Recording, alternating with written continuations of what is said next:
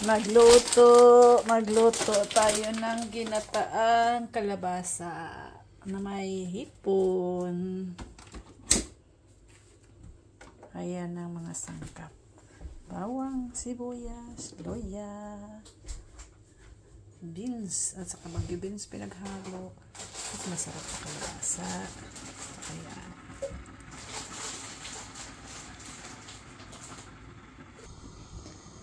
Umpisa na tayo, guys. Napapakain lang talaga ako ngayon. Gusto kong kumain ng ginataang kalabasa na at sitaw at haluan natin ng shrimps. Food trip lang. Food trip. Ano? Ito, inuna ko yung bawang. Gigisa ng konti lang, mantika. Para lang maluto yung ginamit kong oil is sesame oil. Ayan. Sesame oil. Konti lang. Kailangan yung aroma ng bawang ay lalabas. Sunod ko yung loya at sibuyas. Ayan lang.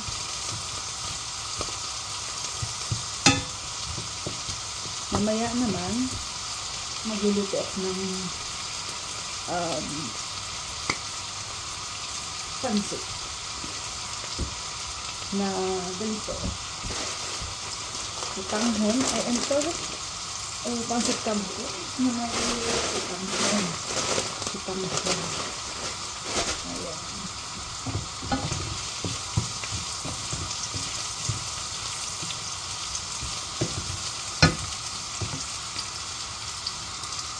Lumabas na ang aroma, guys. Gigisahin natin ng kalabasa. Dahil ang kalabasa po ay medyo malaki ang pagkahiwa, kaya inuna ko siya.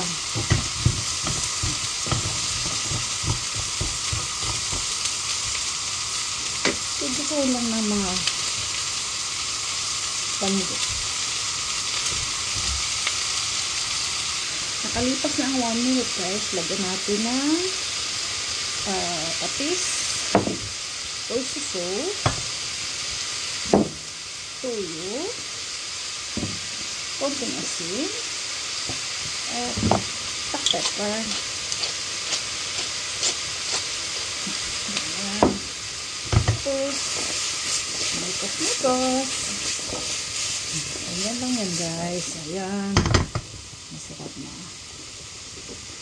Lalagay ko na itong sitaw na may chili pa. Ayan. Tapos nakahabis ako ng pulang sitaw sa garden. Ayan. Hindi na ano. Sitaw yan. Saka meron din sitaw na green. Halo ko na dito. Ganyan lang yan. Maaroma na, guys. Kukuliin natin ng mga 1 minute din. Pagkatapos ng 1 minute, guys, ilalagay ko na yung gata. Yung unang gata.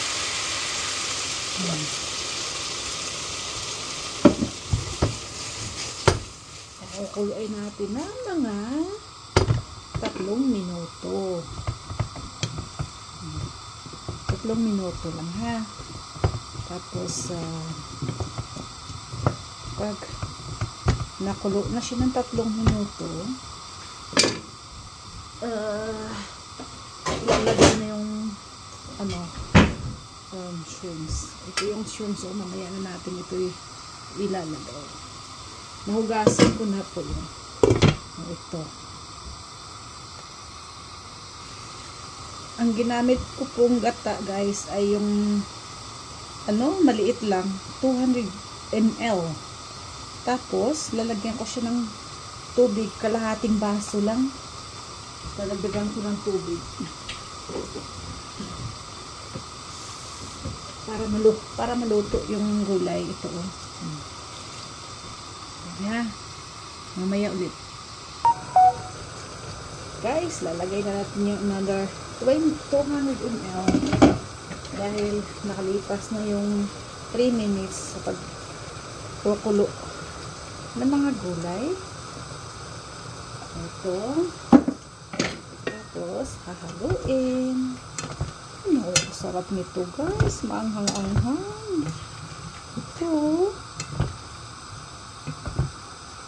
Hipo ng ano ko. Panghalo ko dito. Pampalasa. Ito, ang dami oh guys. Ang dami guys. Ang sarap nito. Ito. Kakukuluin lang ito ng mga about 5 minutes. About 5 minutes. Pa natin. Tikman ng konti. Basta ang panglasa mo lang, ang panglasa ko ay konting asin, konting fish sauce, patis, tuyo, konting oyster sauce, black pepper, maraming black pepper. Ito, black pepper. Tsaka may sili na eh. Kaya, masarap ito. Promise.